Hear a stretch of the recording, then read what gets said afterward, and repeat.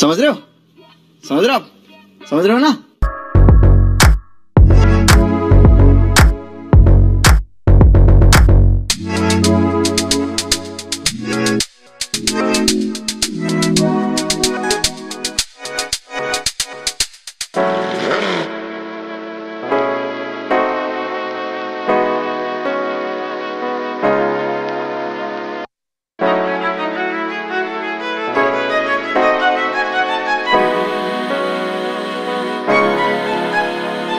मेरा ये channel subscribe करें और मेरे हर अपडेट आपको मिले, इसके लिए बेल आइकन जरूर दबाइएगा।